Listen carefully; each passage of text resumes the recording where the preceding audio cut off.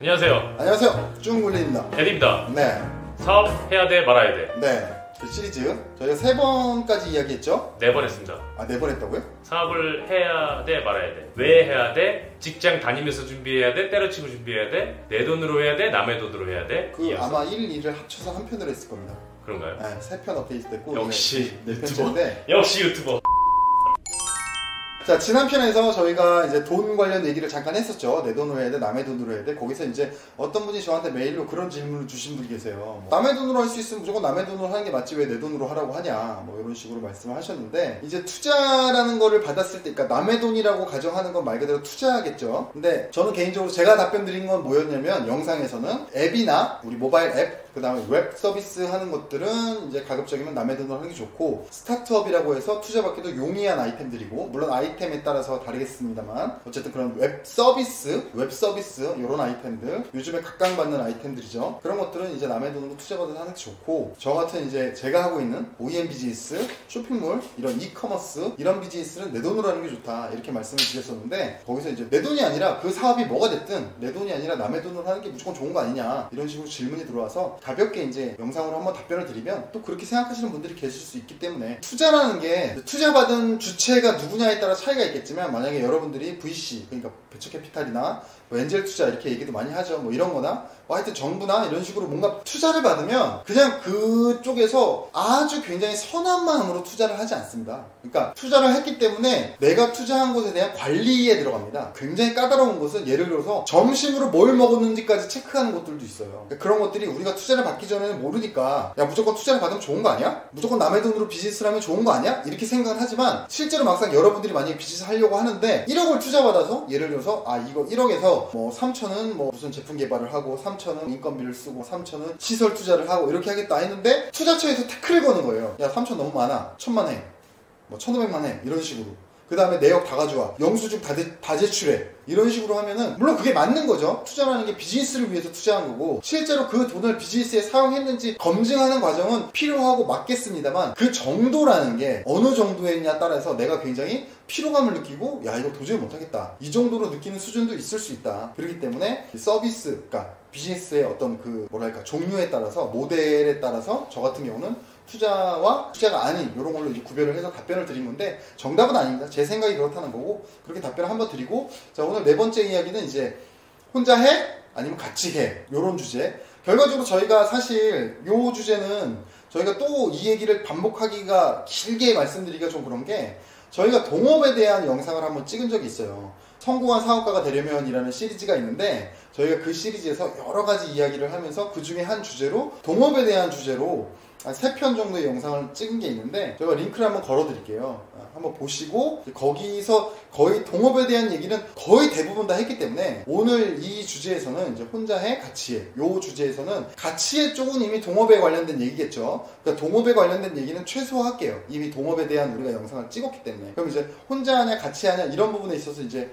뭐랄까, 뭐 장단점 이런 거보단 어떤 마음가짐이나 이런 거에 대해서 말씀을 드리고 싶은데, 중요한 건 대부분 사업을 시작하는 데 있어서 좀 두려움을 갖는 분들이 기본적으로 많죠. 사업을 시작하는데 자신감에 꽉 차 있어서 시작하는 분들은 그렇게 많지 않을 거예요. 에디공 주변에 그런 분 있었습니까?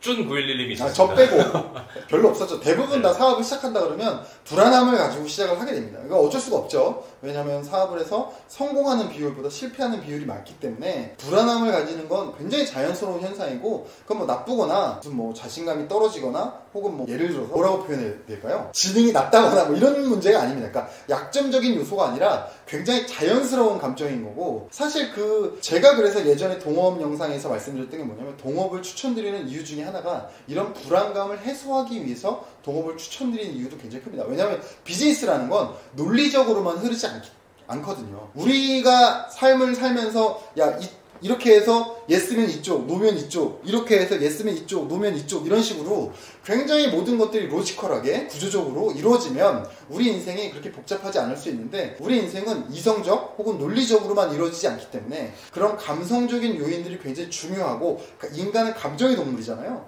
감정의 동물이기 때문에 그런 불안감이라든가 스트레스라든가 이런 것들이 우리 일이나 우리 사업에 끼치는 영향이 굉장히 크기 때문에, 이런 것들을 나눠서 해소할 수 있고 좀 으쌰으쌰 할 수 있고 힘도 나고 같이 술 한잔도 할 수 있고 뭐 예를 들어 속에 담긴 얘기도 할 수 있고 혹은 자기 사생활까지도 같이 공유할 수 있고 이런 어떤 인생의 동반자이자 비즈니스 파트너 그래서 저는 동업을 추천한다 그런 말씀을 드렸던 것처럼 혼자 하게 되면 결국에 그런 부분 어떤 외로움 불안감 이런 것들이 있기 때문에 그런 것들을 난 충분히 극복할 수 있다 나는 그런 사람이다 라고 생각하면 당연히 혼자 하는 게 좋고 왜냐면 혼자 하면 결정이 빠르죠 왜냐면 동업은 결정이 좀 느릴 수 있거든요 서로 왔다 갔다 해야 되니까 혼자 하면 결정이 빠르죠 그리고 뭐 말 그대로 수직구조 같은 그러니까 우리나라 대기업이 어떤 결정이 빠른 이유들이 수직구조화 뭐 이런 얘기 하잖아요 해외는 그렇게 잘 안 돼 있다 보니까 그런 것들이 이제 결정이 좀 느리다 이런 얘기를 많이 하고 그런 것처럼 혼자 하면 당연히 결정이 빠르기 때문에 결정이 빠르면 모든 것들이 다 빠를 수 있죠 빠르게 모든 것들을 진행할 수 있는 건 혼자 하는 데 있어서 굉장히 큰 강점이 될 수 있고 그리고 성공했을 때 돌아오는 어떤 그 리턴도 굉장히 크죠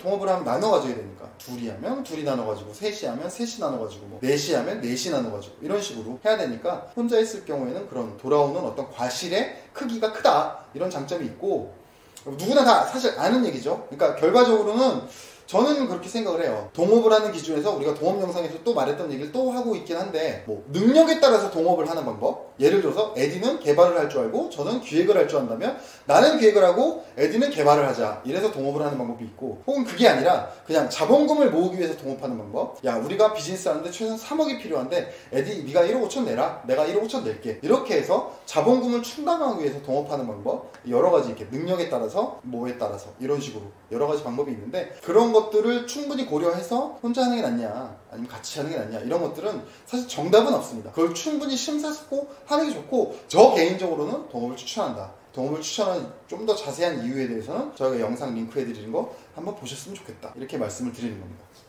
에디군 뭐 하실 말씀?